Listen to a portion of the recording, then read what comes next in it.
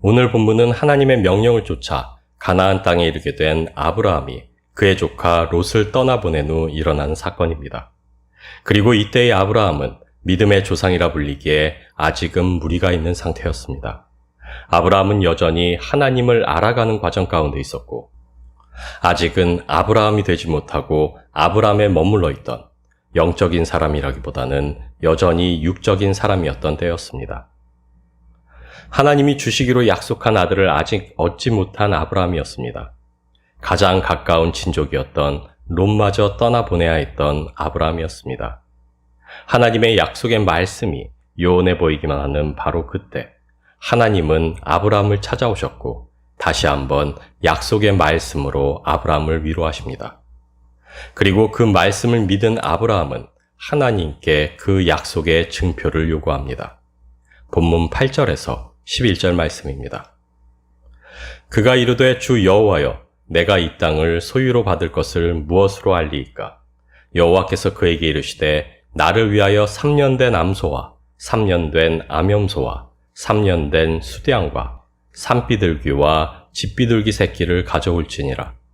아브라함이 그 모든 것을 가져다가 그 중간을 쪼개고 그 쪼갠 것을 마주 대하여 놓고 그 새는 쪼개지 아니하였으며 솔개가 그 사체 위에 내릴 때에는 아브라함이 쫓았더라. 아브라함의 요구에 하나님께서는 그 시대에 행해졌던 계약의 방법대로 아브라함과 계약할 것을 천명하십니다. 아브라함 당시의 계약 방식은 오늘 본문에서 보여지는 것과 같이 재물을 반으로 가르고 반으로 가른 재물을 마주 대하여 놓은 후 두 계약자가 그 재물 사이를 횃불을 들고 지나가는 것이었습니다. 두 사람 중 누구든지 그 계약을 파기하는 사람은 이 재물과 같이 반으로 쪼개져도 좋다는 의미가 이 계약이 함축하고 있는 바였습니다. 하나님께서는 당시에 행해지던 계약 방식, 아브라함이 익숙한 계약 방식을 통해 자신의 약속을 아브라함에게 확증하고자 하셨습니다. 오늘날로 치자면 서로가 작성한 계약서에 서로의 인감을 찍고 변호사의 공증까지 받는 방식을 택하셨다고 하실 수 있습니다. 그러나 이 계약은 우리에게 익숙한 방식으로 진행되지만은 않습니다. 아브라함은 당시의 관행대로 재물을 버려놓고 또 다른 계약 당사자인 하나님을 기다립니다. 그러나 아무리 기다려도 하나님께서는 나타나지 않습니다. 버려놓은 재물을 노리는 애꿎은 솔개만 쫓아내고 있습니다. 그 와중에 아브라함에게 깊은 잠이 임하게 되고 큰 흑암과 두려움이 그에게 임하게 됩니다. 그리고 아브라함은 환상 중에 연기나는 화로와 그 재물 사이를 지나는 횃불을 목도하게 됩니다. 두 계약자가 재물 사이를 지나던 당시의 관행과 달리 하나님께서는 홀로 재물 사이를 지나가십니다. 작성된 계약서 위에 쓰여있는 두 사람의 이름 옆에 하나님 홀로 자신의 인감을 찍으시고 자신 스스로가 공증까지 마쳐버리신 일방적인 계약이 이루어지게 됩니다. 쪼개진 재물 사이를 홀로 지나가신 하나님, 하나님께서는 이 계약을 통해 그 약속의 말씀을 이루시는 주체가 누구인지를 아브라함으로 분명히 알게 하고자 하셨습니다. 이 계약을 통해 이를 계획하고 이루어가며 종국에는 성취하시는 분이 바로 자신 홀로이심을 선포하셨습니다. 그리고 하나님께서는 아브라함의 일생을 통해 그 모든 일을 강권적으로 이루어 가심으로 절대적인 주권자가 자신이심을 또한 증명하셨습니다. 아브라함을 부르신 이는 하나님이셨습니다. 그리고 아브라함은 갈 바를 알지 못하고 단지 순종하여 나아갔을 뿐이었습니다. 그러나 하나님께서는 이것을 시작으로 종국에 그분의 나라를 온전히 이 땅에 이루시는 역사를 마침내 완성하십니다. 그리고 우리의 구원 또한 이와 다르지 않습니다. 하나님께서는 십자가 위에서 자신이 홀로 자신의 몸을 찢으심으로 우리의 모든 죄를 감당하셨습니다. 그분이 홀로 그 능력으로 다시 부활하심으로 죄에 싹신 죽음을 정복하셨습니다. 그리고 이 사실을 믿는 우리로 의롭다 여김을 받게 해주셨습니다. 우리로 그분의 나라로 부르사 그분의 영광 가운데 거하게 하셨고 그분의 교회가 되게 하사 그분의 영광으로 살 수 있게 하셨습니다. 태초의 세상은 하나님의 영광 안에서 창조되어 그분의 영광으로 충만했습니다. 그리고 죄와 사망으로 그 영광을 떠난 우리를 하나님께서는 그 아들을 십자가에 내어주심으로 다시 부르셨습니다. 그래서 우리는 십자가와 부활 안에 새겨두신 그 태초의 영광을 오직 믿음으로 덧입을 수 있게 되었습니다. 자신의 영광으로 홀로 충분하신 하나님이십니다. 그러나 하나님께서는 그 영광을 우리에게 주시며 우리와 함께 나누기를 기뻐하십니다. 왜냐하면 그분은 사랑이시기 때문입니다. 하나님께서는 우리를 너무도 사랑하시기에 홀로 충분하심에도 그분의 영광을 우리와 나누시며 우리와 함께 일하기를 즐겨하십니다. 하나님께서는 이 마지막 때에 우리를 통해 그분의 일을 이루어 가시기로 결심하셨습니다. 그러나 우리가 간과하지 말아야만 하는 것은 그 일을 이루어 가시는 주체는 우리가 아닌 하나님이시라는 사실입니다. 우리를 통해 일하시는 하나님, 우리와 함께 일하기를 기뻐하시는 하나님이라는 말이 우리와 하나님이 동등한 입장에서 일을 행해간다는 것을 의미하지는 않는다는 사실입니다. 깊은 사랑이 격이 없는 관계를 형성한다고 해서 창조주와 피조물이 동등할 수는 없습니다.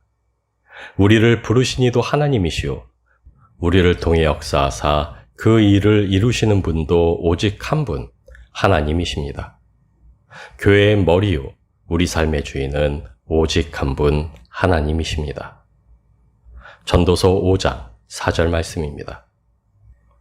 내가 하나님께 서원하였거든 갚기를 더디게 하지 말라. 하나님은 우매한 자들을 기뻐하지 아니하시나니 서원한 것을 갚으라. 우리는 예수 그리스도를 내 삶의 주인으로 모시겠다 고백한 사람들입니다. 이제는 내가 아닌 예수 그리스도께서 사시는 삶을 살겠다. 하나님 앞에서 서원한 사람들입니다. 우리는 주님을 내 삶의 주인으로 모셔드림으로 그분을 소유하게 된 사람들이 아닌 그분의 소유가 된 사람들입니다. 우리는 이미 우리 삶의 주권을 주님께 내어드린 사람들입니다. 우리는 우리 자신들의 서원을 통해 우리 삶의 포기각서를 하나님께 올려드린 사람들입니다. 그러나 우리는 우리의 그 고백과 달리 오늘도 여전히 내 삶의 주권을 놓고 우리 주님과 끊임없는 소유권 분쟁을 치르며 살아가고 있습니다. 단 한순간도 이미 내 것이 아닌 내 삶에 대한 계획 세우기를 멈추지 않습니다.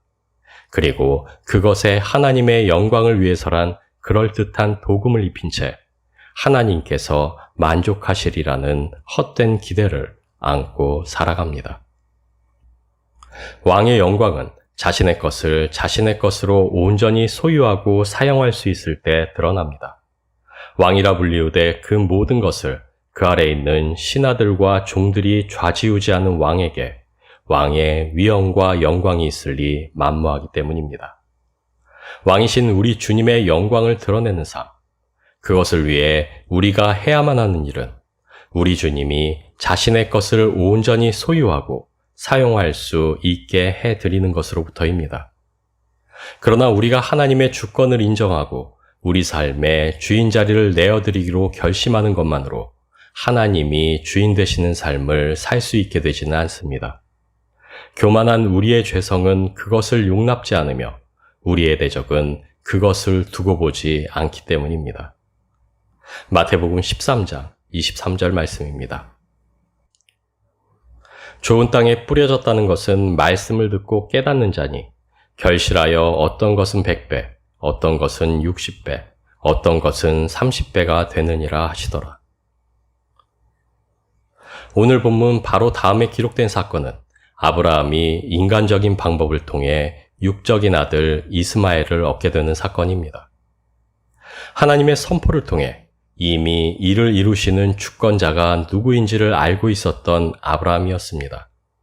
그러나 그럼에도 불구하고 여전히 인간적인 실수를 저지르는 아브라함을 우리는 볼 수 있게 됩니다.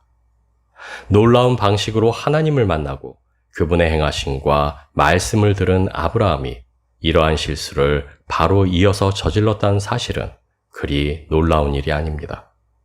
우리는 우리 삶의 경험을 통해 하나님의 말씀을 단순히 머리로 깨달아 아는 것과 그 아는 사실을 내 삶 속에서 배어져 나오게 하는 것에는 큰 차이가 있다는 것을 이미 알고 있기 때문입니다. 아는 것과 그것을 행하는 것, 내 삶 속에서 아는 만큼의 향기가 배어 나오게 하는 것은 별개의 영역이라는 것을 우리는 잘 알고 있습니다. 우리는 말씀을 듣고 깨닫습니다. 그러나 단순히 말씀을 깨달았다고 해서 그것이 삶 속에서 열매를 맺게 되지는 않습니다. 머리로 깨달은 것이 마음에 새겨져 삶으로 나타나기까지 오랜 시간이 걸린다는 말씀입니다. 머리로 깨달은 것이 마음에 새겨져 삶으로 나타나게 하기 위해 우리가 감당해야만 하는 치열한 영적 투쟁이 있다는 말씀입니다. 머리에서 가슴으로, 가슴에서 영혼으로 그 깨달음이 전해지게 하기 위해 우리는 쉬지 않고 그 말씀을 붙들고 씨름하는 과정을 거쳐야만 합니다. 그 말씀대로 살기를 고대하고 소망하며 하나님 앞에서 부르짖으며 몸부림치는 영적인 싸움을 치루어 내야만 합니다. 그러나 이 싸움 또한 하나님의 손에 달려 있음을 우리는 겸손하게 인정해야만 합니다. 심고 물을 주는 것은 우리의 몫이나 자라게 하시는 분은 오직 하나님이시기 때문입니다. 그래서 우리는 하나님 앞에 겸비하여 하나님의 도우심을 구해야만 합니다. 그래서 우리는 기도하고 또 기도해야만 합니다. 왜냐하면 기도는 우리가 깨달아 한 말씀을 머리에서 가슴으로 끌어내릴 수 있게 하는 능력이기 때문입니다. 우리는 단순히 말씀을 깨달아 아는 인생이 아닌 말씀이 삶 속에서 그대로 이루어지는 인생들이 되어야만 합니다. 우리에게 주신 말씀이 우리의 영혼에 새겨져 삶 속에서 배어나오는 향기가 되게 해야만 합니다. 주님의 말씀을 머리로만 이해하는 것이 아닌 우리의 삶 속에서 그 말씀이 실현되고 능력이 되게 하기 위해 우리는 주님 앞에 겸손히 무릎 꿇고 그것을 간구해야만 합니다. 왜냐하면 기도는 우리의 연약함을 인정하고 그 주권을 하나님께 돌려드리는 행위이기 때문입니다. 왜냐하면 기도는 내가 아닌 하나님의 능력을 믿음으로 겸손히 구하는 것이기 때문입니다. 왜냐하면 깨달아 하는 말씀을 영혼에 새겨 넣는 위대한 영적 작업, 그것이 바로 기도이기 때문입니다. 세상은 우리 앞에 수많은 가능성이 열려 있고 선택할 수 있다 말합니다. 그러나 우리는 세상과는 별개인 인생을 부여받은 사람들입니다. 우리는 이미 그리스도의 그 사랑 앞에 우리의 자유의지로 우리의 자유의지를 포기할 것을 고백하며 서원한 이들입니다. 우리는 우리들 자신의 삶을 디자인하고 만들어가는 사람들이 아닙니다. 우리는 그런 삶으로 부르심을 입고 있지 않습니다. 내가 죽고 그리스도만이 사시는 인생, 이미 계획하신 하나님의 뜻이 온전히 내 삶 속에서 이루어지는 인생이 바로 우리의 선택이기 때문입니다. 우리에게 열려질 가능성이 무엇인지를 판단하실 이는 오직 하나님이십니다. 우리의 삶을 디자인하고 만들어갈 권과 능을 갖고 계신 분도 오직 한 분, 하나님이십니다. 우리에게 가장 좋은 것이 무엇인지를 아시는 분이 바로 하나님이시며 우리에게 언제나 가장 좋은 것으로 주시는 분도 바로 하나님이십니다. 그래서 우리는 겸손히 기도로 무릎 꿇어 그분의 뜻을 구해야만 합니다. 그래서 우리는 알게 하신 그분의 뜻이 내 삶 속에서 온전하게 이루어지게 하기 위해 끊임없이 간구해야만 합니다. 그래서 우리는 말씀대로 살아가는 그리스도의 향기로 우리의 열망을 위해 하나님을 쥐고 흔들고자 하는 교만이 아닌 하나님의 손에 쥐어진 겸손한 능력의 검으로 세워져 가야만 합니다.